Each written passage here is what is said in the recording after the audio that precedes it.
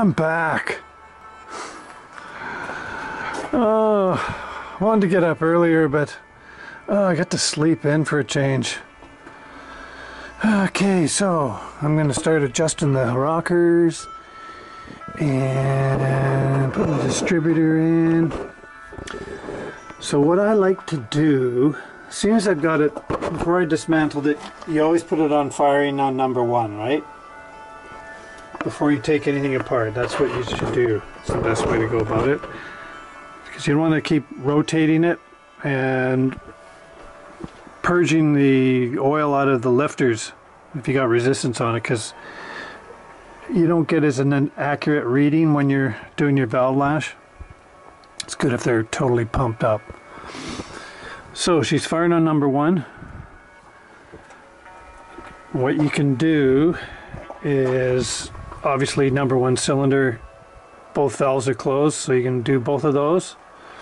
And you can also do 3, 4, and 8 exhaust, and 2, 5, and 7 intake. Then you rotate it 180 degrees, and now it's firing on number 6. Right, you can do both of those. And you can also do 2, 5, 7 exhaust, and 3, 4, 8 intake. So it's exactly the same thing, mirror image, but in reverse. Where you flip the valves over, it's the same numbers to remember. Sometimes I got to go back and refresh my memory just so you don't do a fucky uppy and wonder why the thing's popping and shit when you're trying to start it up. If you do everything right, it should fire right up, and that's what you want when you're doing an engine, especially when it's totally fresh. You want it to start up right away. Prime the carb, fill it right up. Okay, so she's firing on number 1, and I haven't done anything, I haven't rotated it. So by all means, the distributor, if you line that up, it'll jive with the oil pump too, and just go right in there, and you're not fishing around for that. So you can get it lined up. So number 1 is always, if I can do this holding the camera. Number 1's always just before the pickup here. It's right there. Just on the right hand side of it. And I know that the distributor, or vacuum advance, is pointing at the valve cover bolt. Right there. So I can damn near get it right where it was before. So I'm going to do that now. I'm going to poke this in there. Then start adjusting all my valves. Yeah, I gotta climb up there again.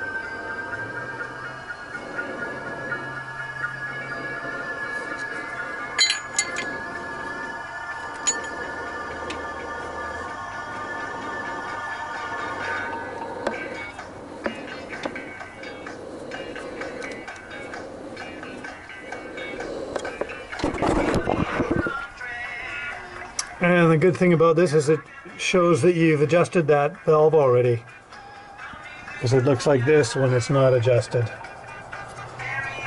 Just for those absent-minded kind of guys like me.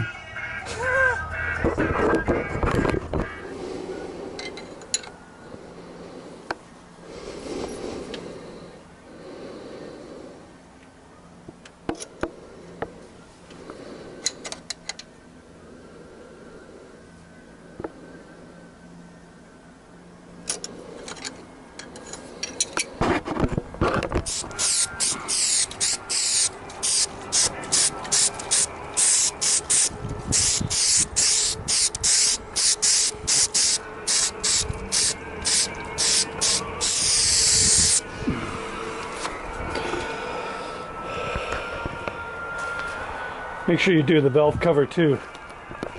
That's the best way to do it, because then it sticks to the valve cover if you ever have to get back in there. And you can usually get another tighten job out of it before you gotta get a new gasket. And corks are definitely the way to go as far as I'm concerned. Yeah, just about ready. Bolt her up. I see I'm gonna have to get a looks like a 3/4 inch grommet there, maybe 7/8. It's different than the stock valve covers, so I'm gonna have to play around with PVC valves. It's just about ready to be changed anyways. See, it's smaller.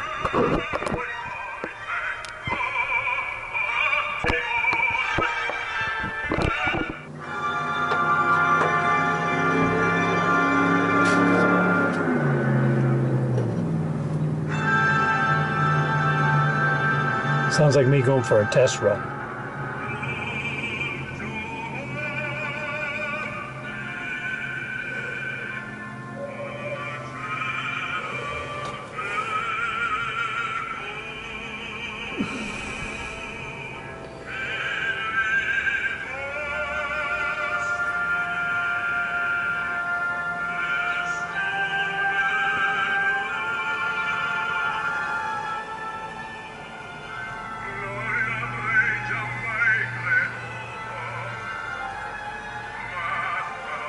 Oh yeah.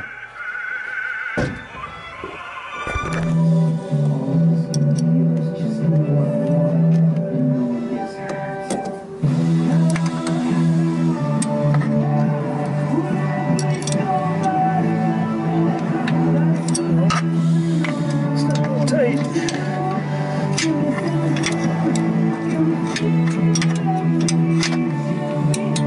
Didn't tighten it up yet.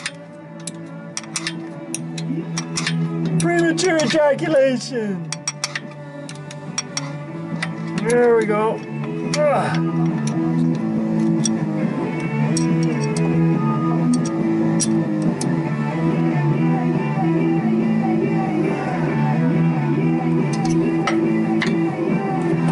Oh yeah.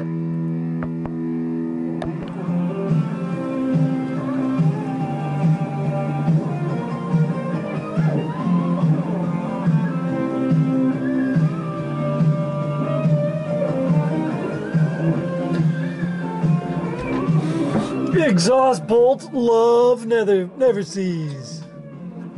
So do I.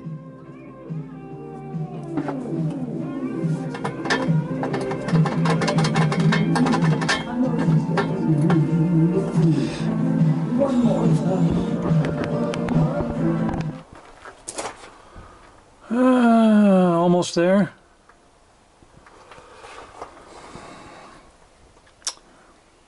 Everything went together pretty good, except I got tripped up here. I was going to put the rad in and start it up, but I noticed this side tank seam is opened up a little bit here. Got a stain going down on the underside here, which made me notice. And the water level was down when I drained it. It was down to about here. Okay, well, I'll have to get some solder and flux and attempt to fix this. You see it's wet there. If not, I gotta go to the rad guy. Probably charge me like 300 bucks just to, probably even more, sweat the side tank off and resolder it. Yeah. I don't think I'll be able to get to it tomorrow. Starting her back up could be a little bit longer than I was hoping. Okay. We'll go for a road test before long. Later.